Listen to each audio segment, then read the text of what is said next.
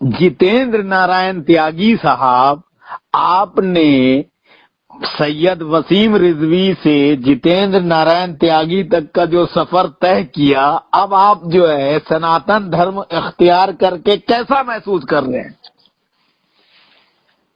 मैं अपने को बहुत मजबूत महसूस कर रहा हूँ। कम से कम उन लोगों के झुंड से बाहर हो गया जो अपने को इस्लाम मजहब का मानने वाले कहते हैं, जबकि वो एक मजहब नहीं, वो एक आतंकी गुट है। तो अब आप किस उसमें चले गए हैं, झुंड में गए हैं या किसी जो है मैं एक धर्म में आया हूँ और ये मोहब्बत का धर्म है, प्यार का धर्म है। इस धर्म से हमेशा मनुष्य जाति के कल्याण के लिए आवाज उठी है। अच्छा, इस धर्म से मनुष्य जाति के कल्याण की आवाज उठ रही है, तो गुड़गांव में जो मस्जिदों के बाहर या मस्जिद के अभाव में सड़कों पे नमाज पढ़ी जाती है, उसको लेके आप चैनलों के डिबेट में बहुत तरीके की जो है वक्तव्य जारी करते हैं, उसके पीछे आपकी क्या मंशा है? देखिए, वो हम तो इन लोगों को राक्षस रूपी इंसान तो मानते नहीं, राक्षस रूपी आतंकी गुट मानते हैं। और वो अगर जबरदस्ती सड़कों पर नमाज पढ़ने की कोशिश कर रहे हैं जी, तो ये गलत है। ये सरकारी सड़कें हैं, सरकारी पार्क है, और यहाँ पर सनातन धर्म की हुकूमत है, बाबरी हुकूमत अब नहीं है जी। और अगर के आपको नमाज पढ़नी है, अपनी इबादत करनी है, जी, उसके लिए कोई रोक टोक हिंदुस्तान में नहीं है। जी। लेकिन आप जाइए, मस्जिदों को ढूंढिए। आपके घर के पास मस्जिद नहीं है तो आप उससे दूर जाइए, जहाँ जगह हो वहाँ पढ़िए। जरूरी है कि आप दहशत फैलाने के लिए और वहाँ पर जमीनों पर कब्जा करने के लिए सड़कों पर और पार्कों में नमाज पढ़ेंगे? जितेंद्र नारायण जी, क्या आपको इस बात का ज्ञान है पूरी तरीके से कि गुड़गांव एरिए में नमाज पढ़ने के लिए मस्जिदें नहीं हैं और मुस्लिम समुदाय ने खट्टर सरकार से मस्जिदों के लिए जमीन खरीदने के लिए प्रस्ताव दिया, लेकिन चर्च, गुरुद्वारे और मंदिर के लिए उस क्षेत्र में जमीनों का तो आवंटन हुआ, मुसलमानों के लिए सरकार द्वारा ही जमीन नहीं दी। इस तथ्य से आप अवगत हैं? जी बिल्कुल अवगत है। जबरदस्ती थोड़ी ना है कि आपको जमीन दी जाए। तो आपके पास घर नहीं है इबादत करने के लिए, जो आपको एक मस्जिद ही चाहिए है कि वहाँ पर मस्जिद बनाकर आप आतंकी गतिविधियों का प्रचार और प्रसार क्या करेंगे? मस्जिदों में आतंकवादी गतिविधियों का प्रचार प्रसार होता है? मस्जिद और मदरसे जितने भी हैं सब ISIS के चुंगल में है और वहाँ पर सिर्फ आतंकवादी गतिविधियों का ही प्रचार और प्रसार ये आपकी सनातन धर्म रूपी हिंदुत्व वाली सरकार, जिसके सर्वे सर्वा नरेंद्र मोदी साहब हैं और गृह मंत्री अमित शाह साहब हैं, RSS प्रमुख मोहन भागवत साहब हैं, वो लोग क्या कर रहे हैं? जहां ISI के चुंगल में जो है मदरसे और मस्जिद हैं, तो उनको तो रिजाइन दे देना चाहिए। ये जो जहर बोया हुआ है, ये कांग्रेसी जहर है जो 57 साल हुकूमत करके उन्हीं ने बोया है और उसको काटने के लिए वक्त लगता है। ठीक है, इसका मतलब ये नहीं है कि जो जहर बो दिया गया है वो इतने जल्दी निकल जाएगा, लेकिन और जहर आगे पनपने ना दिया जाए। सरकार तो पूरी कोशिश करती है कि हिंदुस्तान में अमन और चैन कायम हो, आतंकवादी गतिविधियों से दूर हिंदुस्तान रहे। जगहें ऐसी हैं जहां मुसलमान समुदाय के लोगों ने नमाज पढ़ते पढ़ते उन सार्वजनिक जगहों पे कब्जा कर लिया है। आप क्या बात करते हैं? 3000 मंदिरों को तोड़कर मस्जिदें बन। नहीं, मेरा सवाल और आप जवाब दूसरी चीज ये है कि सामाजिक जगहों पर कब्जा तो धीरे, दिल्ली में एक बहुत बड़ा पार्क है, मैं अभी वहाँ इंटरव्यू के लिए गया था। पूरे पार्क में उन्हीं ने एक मजार बनाया, फर्जी मजार बनाकर, और उसको पूरी टाइल्स लगाकर पूरे पार्क पे कब्जा कर लिया। वहाँ जुमे की नमाज पढ़ने लगे। कहाँ पे? दिल्ली में पार्क। अब जगह तो मुझे नहीं मालूम, मैं इंटरव्यू के लिए, जगहें बहुत सी हैं कि हो चुके हैं। और दूसरी चीज ये है कि कब्जे होए ना होए, आपको सरकारी जमीन के ऊपर नमाज पढ़ने की इजाजत अगर नहीं मिलती तो क्यों पढ़ेंगे? जितेंद्र नारायण जी, आप अच्छा आप ये बताइए, घर में इबादत क्यों नहीं कर सकते? क्या घर में बीवी के साथ हम बिस्तरी करने की जगह है और इबादत करने की जगह नहीं, अपने अल्लाह को याद करने की जगह नहीं। जितेंद्र नारायण जी, आप जो है उल जलूल बातें करके समाज का ध्यान भटका। जब मैंने आपसे सही बात की तो आप उसको उल जलूल बातें कह रहे हैं। आप सुनिए, मैं जो सवाल कर रहा हूँ उसका जवाब दें मेहरबानी करके। आप जितेंद्र नारायण त्यागी साहब, मैं ये जानना चाहता हूँ कि आप प्रार्थना को, किसी भी धर्म की प्रार्थना को आप हम बिस्तरी जैसे शब्दों से जो है कंपेयर करेंगे, तुलनात्मक करेंगे, तो ये अच्छा शोभा देता है पढ़े लिखे नहीं, देखिए ऐसा है कि मियाँ बीवी का रिश्ता भी जो है वो एक जायज रिश्ता है जी और धार्मिक रिश्ता है। जी और जब ऐसे धार्मिक रिश्ते के लिए आपके पास जगह है जी। तो आपके पास अल्लाह की इबादत करने के लिए जगह क्यों नहीं है? घर के अंदर आप इबादत क्यों नहीं कर सकते? नहीं, लेकिन आपको ये ज्ञात होगा एक हिंदुस्तानी सनातनी धर्म के मानने वाले की हैसियत से कि कुछ कर्मकांड हिंदू धर्म में, सनातन धर्म में भी और मुस्लिम धर्म में भी सार्वजनिक तौर पे एकत्र होके किए जाते हैं। उसमें जो है उसका प्रावधान जो है हफ्ते में मान लीजिए एक बार जुमे का होता है, ऐसे ही मंगलवार को हनुमान जी का जो है दिन होता है, उसमें मंदिर में ज्यादा लोग आते हैं। तो पर्टिकुलर उस दिन के लिए अगर कोई आदमी नहीं, देखिए आप खुद कह रहे हैं कि मंदिर में आते हैं, जी मस्जिदों में जाइए, कोई एतराज नहीं है। आप मंदिर के लिए जगह बना लीजिए। देखिए भंडारे लगते हैं सड़कों के ऊपर, जी ठीक है ना, जी आप भी सबीले लगाते हैं। जी सबील लगाने के लिए आपको तो कहीं पाबंदी नहीं है। जब आपके कोई ऐसे त्योहार होते हैं, जी आपके जुलूस भी उठते हैं, सड़कों से जाते हैं, जी आपकी सबीलें भी लगती हैं। जी। तो इस तरह के जो आपके कार्यक्रम है उस पर तो कोई एतराज नहीं है किसी को कि आप एक सड़क, सरकारी सड़क का या आप पार्क का इस्तेमाल कर रहे हैं। लेकिन आप इबादत करने के लिए भी अब वहाँ पर मस्जिद बना ले, वहाँ पर आप जबरदस्ती वहाँ पर इकट्ठा होकर एक भय का माहौल पैदा करें, टकराव की स्थिति पैदा करें, तो ये चीज ठीक थोड़ी ना। अच्छा ये बताइए, नमाज पढ़ने से कौन सी भय की स्थिति पैदा हो जाती है? जहाँ पर आज का दौर ऐसा है कि जहाँ पर बड़ी संख्या में मुसलमान इकट्ठा होते हैं, वहाँ अपने आप भय की स्थिति पैदा हो जाती है, क्योंकि मुसलमानों ने अपना चेहरा जो है वो आतंकवाद से जोड़ लिया। अच्छा एक चीज का जवाब दीजिए, गुरुद्वारा ये गुरुग्राम में, जिसको गुड़गांव भी कहते हैं, गुरुग्राम में नमाज पढ़ते वक्त लोगों को रोकने के लिए धार्मिक कट्टरता का लबादा ओढ़े हुए भारतीय जनता पार्टी विश्व हिंदू परिषद के सरीके लोग जो है सड़क पे जो है नमाज को रोकने के लिए आते हैं। तो एक चुनी हुई सरकार के माहौल में, उसके दौर में ऐसा किसी एक विशेष धर्म वाले को करना क्या कानूनन जायज है? देखिए बिल्कुल अपनी सुरक्षा करना सबको जायज है, और अगर के वो उनके मोहल्ले का माहौल करके खराब करके मोहल्ले को असुरक्षित कर रहे हैं तो उनको रोकना और उनको समझाना, उनको वहां से हटाना, इसमें कोई अपराध नहीं। तो पुलिस प्रशासन क्या कर रहा है, सरकार क्या कर रही है? पुलिस प्रशासन जो अपना काम कर रहा है, लेकिन हर नागरिक की जिम्मेदारी है कि अपने जहाँ रह रहा है वहाँ का माहौल ठीक करे। वहाँ पर कोई अगर आतंकी गतिविधियां कर रहा है या कोई गलत काम कर रहा है तो उसको रोके और उसके लिए उनको वहाँ से हटाने का काम करे। इसमें कोई गलत काम नहीं है। गतिविधि कौन सी हो रही है? नमाज पढ़ना ही सार्वजनिक रूप से आतंकी गतिविधियों में ही शामिल। वो तो गुरुग्राम के जो है डीएम साहब ने और एसएसपी ने जो है परमिशन दी थी, जो है 38 जगह पे जो है पूरे उसमें गुरुग्राम में जो है नमाज पढ़ सकते हैं आप। नहीं, उनको इस बात का अंदाजा नहीं है होगा। और उन्हीं ने जो परमिशन दी तो उसका हम विरोध करते हैं। किस बात की परमिशन उन्हीं ने दे दी?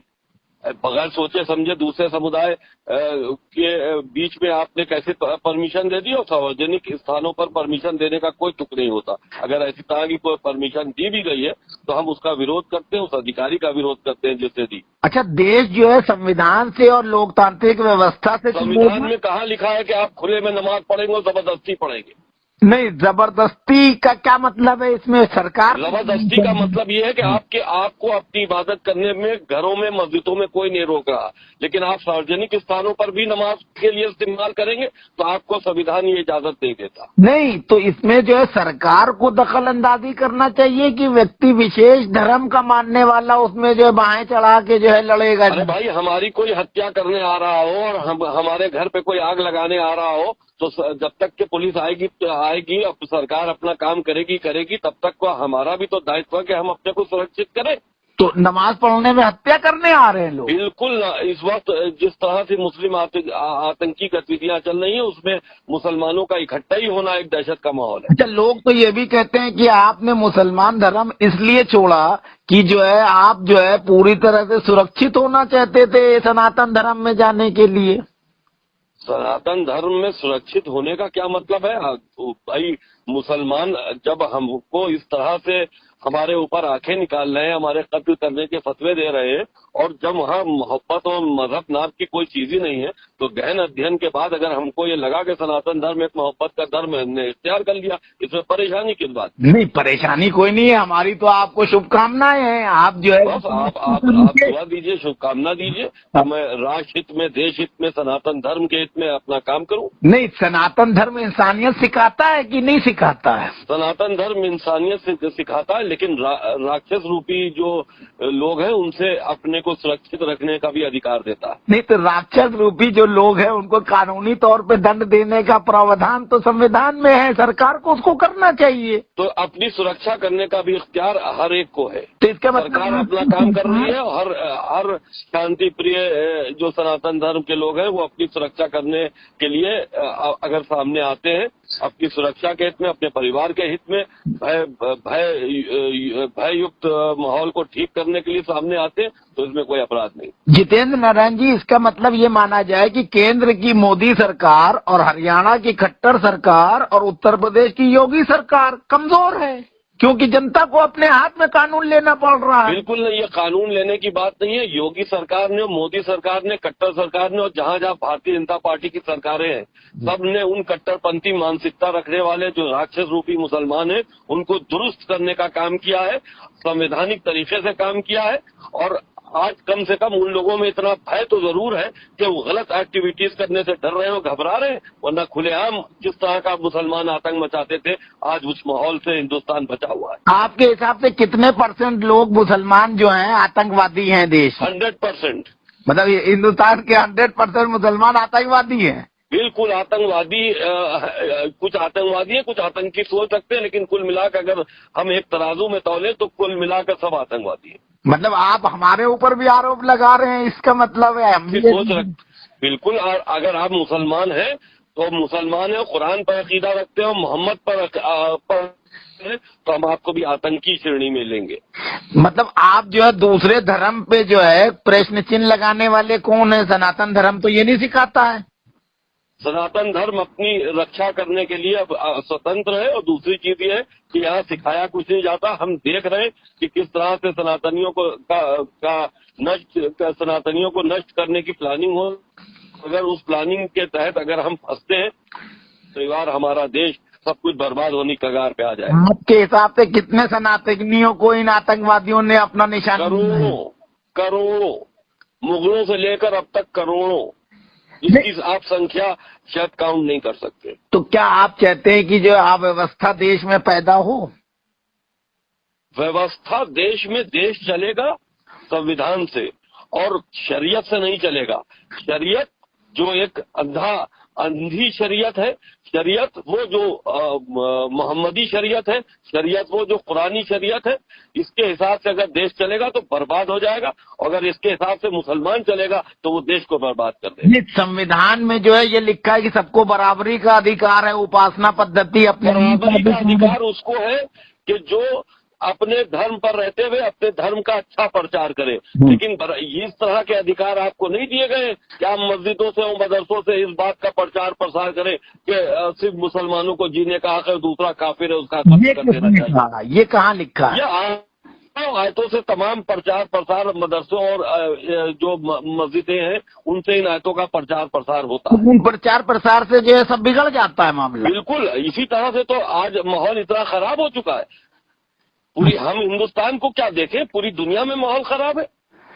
अच्छा ये बताइए कि अभी जो है इसको सुधारने के लिए आप मोदी जी, योगी जी और खट्टर साहब और क्या? एनआरसी, देखिए हिंदुस्तान में तो एनआरसी की जरूरत है जी, सबसे पहले। अच्छा, एनआरसी हिंदुस्तान में लागू होनी चाहिए और उस पर जल्दी से विचार करके उसको उसकी नियम बनाकर उसको लागू करना चाहिए। दूसरी चीज ये कि मदरसे बंद होने चाहिए। तीसरी चीज ये कि कॉमन एजुकेशन लागू नहीं तो मदरसे कैसे बंद हो जाएंगे जब जो है संविधान में ये लिखा हुआ है? संविधान ने आपको शिक्षा देने का आपको अधिकार दिया है। अपने मजहब की शिक्षा आप दे सकते हैं, आप प्रबंध कर सकते हैं अपने धार्मिक उसका, लेकिन कुप्रबंध करने का आपको इजाजत नहीं, गलत प्रचार करने की आपको इजाजत नहीं, ऐसा कुरान पढ़ाने की आपको इजाजत नहीं है जिसमें आप किसी दूसरे के धर्म के लोगों को काफिर कहकर मारने का परिधान दें और उसका प्रचार प्रसार करें। सवाल उठाने वाली आपकी याचिका तो सुप्रीम कोर्ट ने खारिज कर दी। सुप्रीम कोर्ट ने खारिज कर दी तो इसका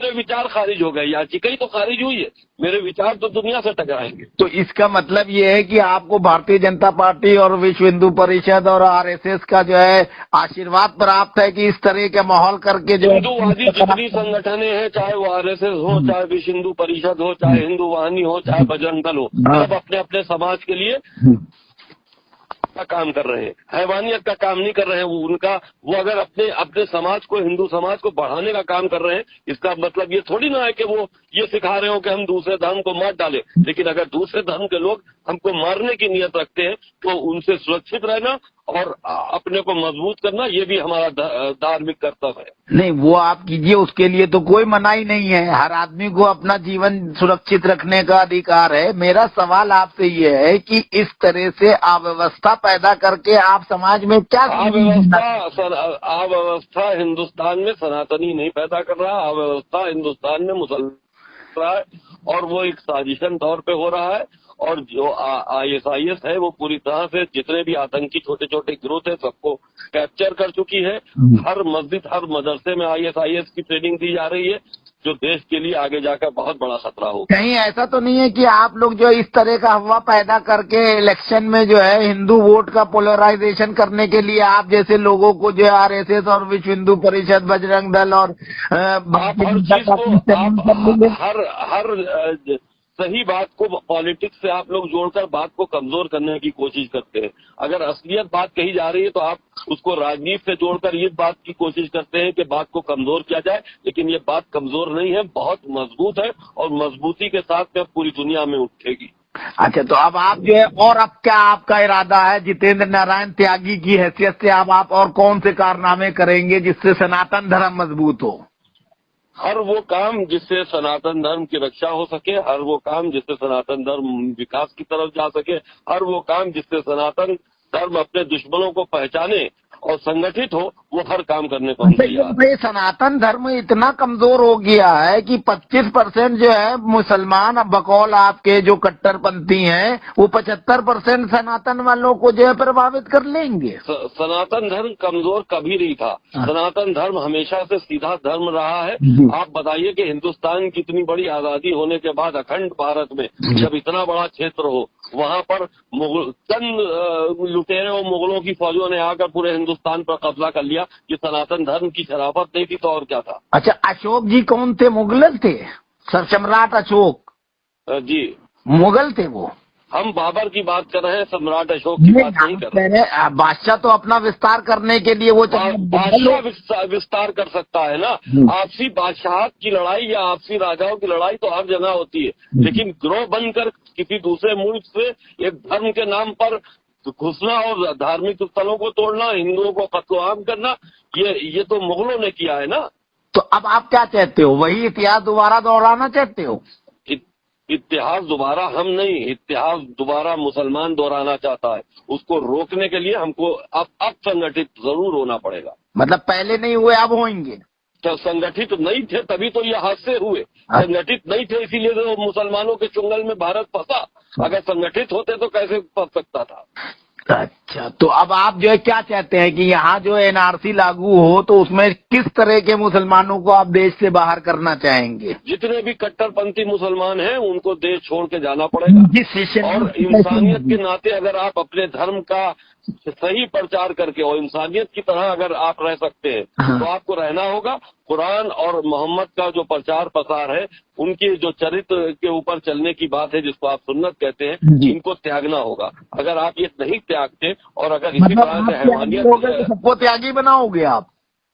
आप त्यागी हो गए तो क्या सब लोग जो है त्यागी हो जाएं? आप हम तो स्वागत करते हैं कि सब त्यागी हो जाए, इसमें दिक्कत क्या है? मतलब आप कोशिश कर रहे हैं कि सब त्यागी हो जाए? बिल्कुल, जानवरों की जिंदगी छोड़कर सनातन धर्म में आना चाहिए। और देखिए कितनी तेजी से लोग आ रहे हैं। हमने तो सिर्फ एक दिशा दी है। अच्छा, मतलब आपने दिशा दी है कि लोग जो है सनातन धर्म की ओर आए। बिल्कुल आना चाहिए, तो धर्म इख्तियार करना चाहिए। और सनातन धर्म से अच्छा और सनातन धर्म के अलावा कोई दूसरा मत धर्म है ही नहीं। जितेंद्र नारायण जी, ये चीज जो है आप ये बताइए कि जितेंद्र नारायण त्यागी साहब, सनातन धर्म तो अनंत है, सनातन धर्म तो जो है मतलब पहले भी था, आगे भी रहेगा, ठीक है। तो सनातन धर्म को जो है इतने विराट धर्म को छोटे से लोगों से जो है कैसे आतंकित हो जाते हैं? देखिए ऐसा है, जो चाहे जितनी बड़ी संख्या हो, अगर वो इंसान है, मनुष्य है, प्रेम भाव से रहने वाली संख्या है, सीधे लोग हैं, तो उनको छोटे से चंद लोग भी प्रभावित कर देते हैं, चंद लोग भी उनकी हत्या कर देते हैं। दूसरी चीज ये कि 1400 साल पहले जब तक मोहम्मद रूपी राक्षस का जन्म नहीं हुआ था, तब तक सनातन धर्म जो था वो सुख चैन से पूरी दुनिया में था। 1400 साल पहले जब ये इस तरह की एक व्यक्ति ने जन्म लिया जिसने एक इस्लाम जैसी कट्टरपंथी ऑर्गेनाइजेशन बनाई, और उसके पास से जो है इंसानियत खतरे में आई है। इस खतरे को पूरी दुनिया झेल रही है और हमको भी समझना होगा। इस खतरे को जो है बहुत जल्दी जो है पकड़ लिया लोगों ने, खास तौर से वसीम रिजवी जैसे ने 1400 साल लग गए।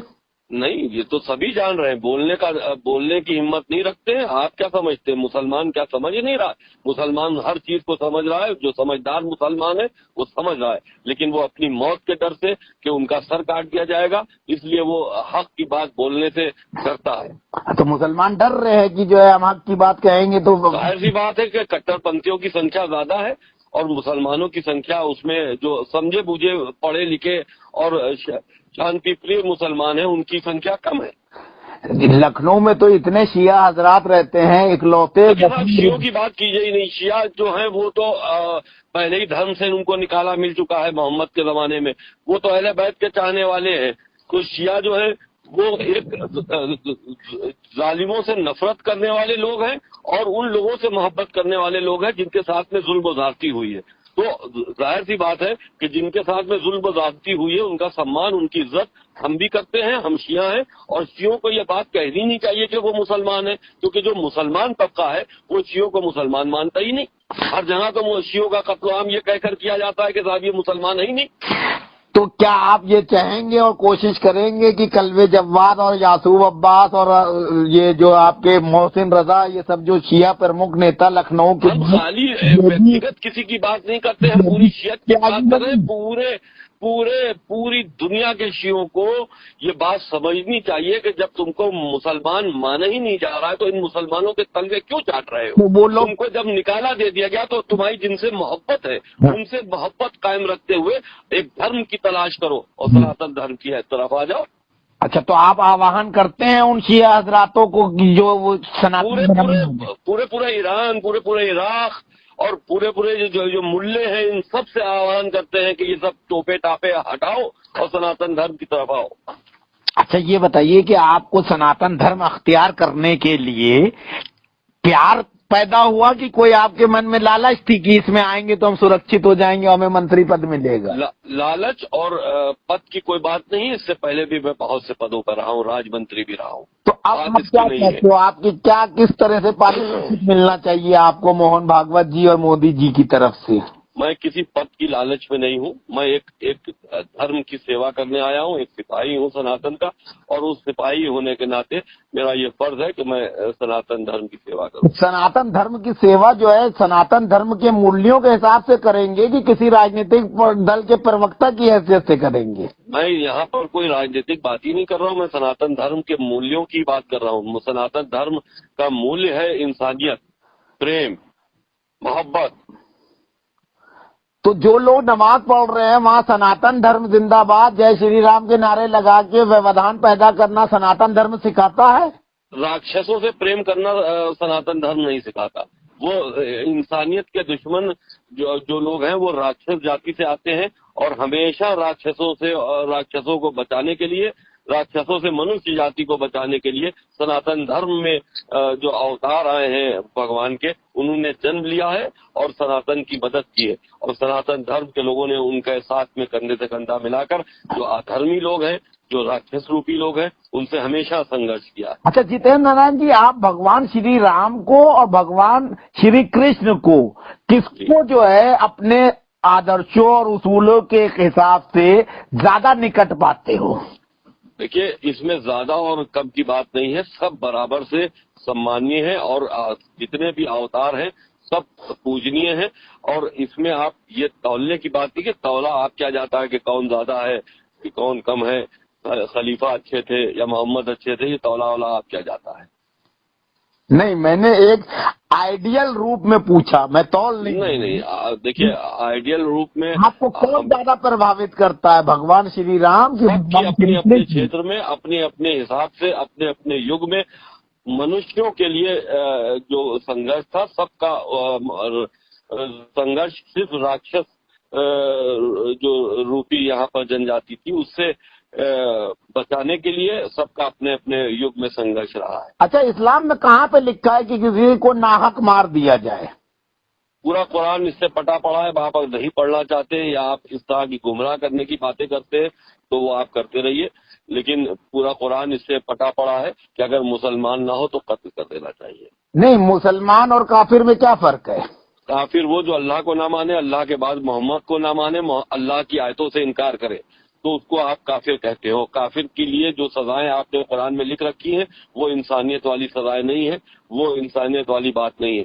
कोई भी धर्म किसी धर्म को मानने वाला है तो आप उसको काफिर क्यों कह देंगे अगर आपके अल्लाह को वो नहीं मानता, आपके रसूल को नहीं मानता, कुरान की आयतों से इनकार करता है? सिख धर्म के पहले गुरु जो थे, गुरु नानक देव साहब, उन्होंने जो है सारे धर्मों की चीजों को अच्छी अच्छी लेके और किताब जो लिखी है, इनका जो गुरु ग्रंथ होता है, गुरु ग्रंथ साहब, अच्छी चीजों को लिया ना, तो है ना, आप तो कहते हो कि आप बताइए तो कैसे ले लिया उन्होंने? अगर सही नहीं थी कुछ तो गुरु नानक देव ने जो है इस्लाम की चीजों को कैसे उसमें समावेशित कर लिया और सिख लोग भी उसको मानते हैं?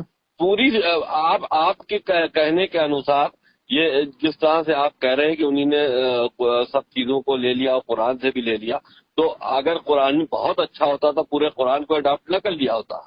नहीं, उन्होंने तो गुरु ग्रंथ साहब जो है नहीं नो, आप बताइए ना कि पूरा कुरान, आपकी बात अगर हम मान भी ले तो इन्होंने कुरान में से भी अच्छी चीजों को ले लिया, तो कुरान में से भी अगर अच्छी चीजों ले लिया, अगर पूरा कुरान अच्छा होता तो जब अच्छी चीजों को उसमें से उन्हीं ने, अगर आपके हिसाब से उन्हीं ने ले लिया तो यानी कि कुरान पूरा अच्छी किताब है ही नहीं। अरे सुनिए, तो जिस्ट ले ली, जैसे रामायण है, रामायण में जो पूरा एक जो है तो आपकी कुरान की जिस्ट क्या है, हमें आप बताएंगे? कुरान की जिस्ट ये है कि इंसानियत को जो है आगे बढ़ाना है। और इंसानियत का अल्फाज कहाँ लिखा है कुरान में? आप ये बताइए, मुसलमानों के अलावा, अल्लाह पर ईमान लाने वालों के अलावा किस चीज को मान्यता दी गई? उसमें तो ये कहा गया तुम्हारा धर्म तुम्हें मुबारक। ये उस वक्त की बात है, ये उस वक्त की बात है जब मोहम्मद की जान जाने का खतरा था और मोहम्मद गिर गए थे। तब मोहम्मद ने अपने बचाव के लिए इस तरह की आयत को अल्लाह की तरफ से कोट किया था कि अल्लाह कहता है कि तुम्हारा धर्म तुम्हारे लिए हमारा धर्म। अगर सिर्फ इसी पर कुरान खत्म हो जाता तो सारी बातें ना खत्म हो जाती। उसके बाद जिस तरह से कुरान आगे बढ़ता रहा और इस्लामिक ताकत आगे बढ़ती रही, तब ये तुम्हारा धर्म हमारे लिए, हमारा धर्म तुम्हारे लिए ये कहा गया। तब तो ये बात आ गई ना कि जो अल्लाह को न माने, तो अल्लाह के दीन को न माने, उसका कत्ल कर दो, उनसे जिहाद करो। अच्छा सुनिए, ये बातें आ गई। भगवान कृष्ण ने जो है पांडवों से कहा कि तुम युद्ध करो, तो कौरवों को मार दिया, वो तो उनके भाई ही लगते थे। तो इस तरह वो युद्ध किसी दूसरे धर्म के युद्ध वालों से नहीं था। देखिए युद्ध बहुत हुए, आपसी युद्ध हुए हैं, राजाओं के युद्ध हुए हैं, लेकिन ऐसा नहीं था कि वो मुसलमानों से लड़ रहे थे या मुसलमानों से पहले कोई धर्म के मानने वालों से लड़ रहे थे। वो इस तरह का युद्ध नहीं था। ऐसे युद्ध सिर्फ मुसलमानों में हुए। अच्छा, आप ये बताओ, पूरी दुनिया में जो इस्लाम फैला है ये किस तरह से फैला है? जालसाजी से, तलवार की नोक पर, और ज्यादा बच्चे पैदा करके। अच्छा, ये बताइए कि अभी हिंदुस्तान में जैसे अपने हिंदू भाई लोग जो है सनातन धर्म के मानने वाले प्रचार प्रसार कर रहे हैं कि 4 बीबी और 20 बच्चे, आज की डेट में हिंदुस्तान में कितने लोगों की 4 बीबी और 20 बच्चे हैं? अरे भाई, बच्चे तो पैदा अगर न किए होते तो आज दूसरी आबादी आप थोड़ी ना हो जाते। नहीं तो अगर आपने तलवार की नोक पर इस्लाम न फैलाया होता तो दूसरी आबादी थोड़ी ना हो जाती। अच्छा, हिंदुओं की आबादी कितनी है देश में? हिंदुओं की सुखद आबादी कितनी है? भाई हिंदुस्तान को ही अगर आप सीधे सीधे मान लीजिए तो कम से कम 110 करोड़ होगी। 110 करोड़ हिंदुओं की आबादी है। जब देश हिंदुस्तान में, है? सिर्फ हिंदुस्तान में, और 200 करोड़ आबादी मुसलमानों की है पूरे वर्ल्ड में। अब आप सोचिए कि 200 करोड़ मुसलमान जो है 1400 साल में 200 करोड़ मुसलमान कैसे हो गया। तो ये पूरी एक थ्योरी है कि ज्यादा शादियां करो, ज्यादा बच्चे पैदा करो। आज की तारीख में रोक लगी हुई है कि आज के माहौल को देख के, आज की गरीबी को देख के मान लिए मुसलमानों क्या कम बच्चे हो रहे हैं। लेकिन जो हमसे पहले पीढ़ियां गुजरी हैं उनमें आप देखिए 10-10, 12-12 पूरी टीमें बच्चों की पैदा हुई हैं। जितेंद्र नारायण त्यागी साहब, लालू प्रसाद यादव साहब जो हैं उनके भी 10 बच्चे रहे हैं। इस तरह भाई उनके भी 10 बच्चे रहे हैं। तो आप ये कुछ मिसालें दे सकते हैं और हजारों लाखों की मिसालें आपके अंदर मौजूद है। तो आप एक की मिसाल क्या देते हैं और अच्छा है। अब तो मुसलमान लोग भी बच्चे कम पैदा कर रहे हैं, तो क्या अब कर रहे हैं क्योंकि अब उनको तमाम तरह की परेशानियों का सामना करना पड़ रहा। उस वक्त तो उनकी सोच ये थी कि सिर्फ हमको इस्लाम बढ़ाना है। आज वो सोच रहे हैं कि हम खाएंगे कहाँ। तो ये अच्छी बात है, कम बच्चे पैदा करो। ये कौन सी, ये पहले सोचा होता तो आज इस नौबत पे थोड़ी ना आते। नहीं तो अब आप लोग क्या चाहते हो ये बताओ, मकसद क्या है आपका? बवाल करना कि समाधान करना? समाधान तो मुसलमानों को अपने आप खुद करना होगा। कैसे? अपने को सुधारना होगा। कैसे, कहाँ पे सुधारें वो? मोहम्मद और कुरान से दूर होना पड़ेगा। अच्छा, गीता रामायण पढ़ना पड़ेगा। आप सनातन धर्म में आ जाइए, पढ़िए, बिल्कुल पढ़िए, नफरत नहीं सिखाती। नहीं, आप जो हरकतें कर रहे हो त्यागी, गीता रामायण नफरत नहीं सिखाती कुरान की तरह। नहीं, आप ऐसी चीजें तो कर रहे हो ना, आप खुद आगे बढ़ के हम सच बोल रहे हैं तो आपको बुरा लग रहा है। बुरा नहीं लग रहा, कुछ नहीं कर रहे। हमें तो आपसे बात करते हुए तो कोई बुरा नहीं लग रहा है। मैं तो नहीं, आप नहीं बात करते। आप तो एक पत्रकार हैं, पत्रकार का एक तरह से अगर हम माने तो कोई धर्म नहीं होता जी। आप मुसलमान धर्म से ताल्लुक जरूर रखते हैं, लेकिन हमने जितनी भी बातें कही आप हमको गाली थोड़ी ना देने लगे।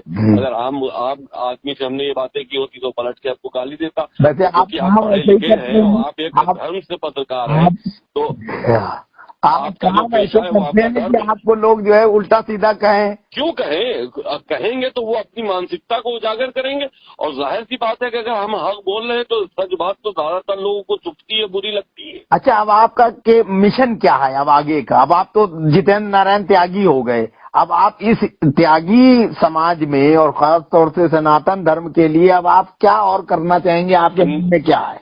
हिंदुत्व का झंडा पूरी दुनिया पर लहरना चाहिए। जिस तरह से सनातन धर्म पूरी दुनिया में पहले राज करता था, हमको अपनी ताकत बढ़ानी होगी और इस तरह के जालिमों को खत्म करना पड़ेगा कि जो सनातन धर्म के दुश्मन। ये तो आप उल्टी बात कर रहे हैं कि उधम आप लोग करते हो जाके मस्जिद में नमाज पढ़ते हुए लोगों को और कहते हो कि जो उनको सुधरना होगा। ये कैसे? नहीं, ये उल्टी बात नहीं है, सीधी बात है। हर एक्टिविटीज को रोकना पड़ेगा भाई। जिस तरह की आप आतंकी एक्टिविटीज कर रहे हैं इबादत के लिए, फिर वही हम कहेंगे घर में जगह नहीं है जबरदस्ती सड़कों पे पढ़ोगे। तो वो लोग ये भी कहते हैं कि आप घर में नहीं पढ़ सकते। धर्मों को फिर घर में करने की इजाजत दी जाए, ये भी नहीं। तो जहाँ मस्जिद है वहाँ पढ़ो, जहाँ सभी धर्म अपने अपने धार्मिक रीति रिवाज से अपने धार्मिक स्थलों पर करते हैं। अच्छा, तो ये मतलब आप ये चाहते हैं कि ये लोग जो है अपना शांति से जो है अपने मस्जिद में नमाज पढ़े। बिल्कुल। जहाँ मस्जिद नहीं है वहाँ? नहीं जहाँ मस्जिद नहीं है तो आगे जाइए। इस्लाम क्या कहता है आपको मालूम है नमाज के सिलसिले में? जी। जब मस्जिद में नमाज पढ़ ली हो तो घर के पास की मस्जिद में पढ़ो, और घर के पास ना हो तो आगे जाओ, और ना हो तो और आगे जाओ, अगर मस्जिद में नमाज पढ़ ली है, वरना आप घर में भी नमाज पढ़ सकते हो। तो सर आप क्या कहते हो, आगे आगे करके जो है सबको पाकिस्तान का रास्ता दिखाना चाहते हो? हिंदुस्तान में अगर आप ये समझते हैं कि मस्जिदें नहीं है तो पाकिस्तान चले जाकर नमाज पढ़नी चाहिए। अच्छा, तो पाकिस्तान जाने से आपका समाधान हो जाएगा? मैं नहीं, आप कैसी मजाकिया कर रहे हैं कि आप मतलब हिंदुस्तान में 3 लाख से ज्यादा मस्जिदें हैं, तो पाकिस्तान में जाने की नमाज पढ़ने की तो अब जिसका दिल्ली चाह रहा है पाकिस्तान चले जाने को चला जाए, नहीं, उसको रोका किसने? नहीं, हमें तो हिंदुस्तान से प्यार है। हम आपको प्यार है तो 3 लाख मस्जिदें हैं ना, 3 लाख से ज्यादा मस्जिदें, वहाँ नमाज पढ़िए। लेकिन सरकारों के ऊपर ये भी आरोप है कि आर्कियोलॉजिकल सर्वे ऑफ इंडिया ने बहुत सी मस्जिदें, करीब 11 या 13 मस्जिद तो बड़ी बड़ी दिल्ली में ही कब्जा कर ली हैं। वहाँ जो जुए के अड्डे हैं, शराब पीते हैं लोग, आवारा लोग घूमते हैं, वहाँ जुमे में भी नमाज नहीं पढ़ने दी जाती। तो ये तो सरकार को। अरे साहब, आप मंदिरों पे तोड़कर बनाई गई मस्जिदों पर तो नमाज पढ़ रहे हो, आप बेकार की बात कर रहे हैं। उन मस्जिदों में आप नमाज पढ़ रहे हो जहाँ पर आपके हिसाब से, आपके मजहबी हिसाब से नमाज जायज नहीं है, वहाँ तक तो आप नमाज पढ़ रहे हो। नहीं तो वो आप हिंदुओं को वो मस्जिदें देने को तैयार नहीं हो जो कि मंदिर तोड़ के बनाई गई हैं। आपको कितनी मस्जिदें चाहिए ये बताइए? 3000।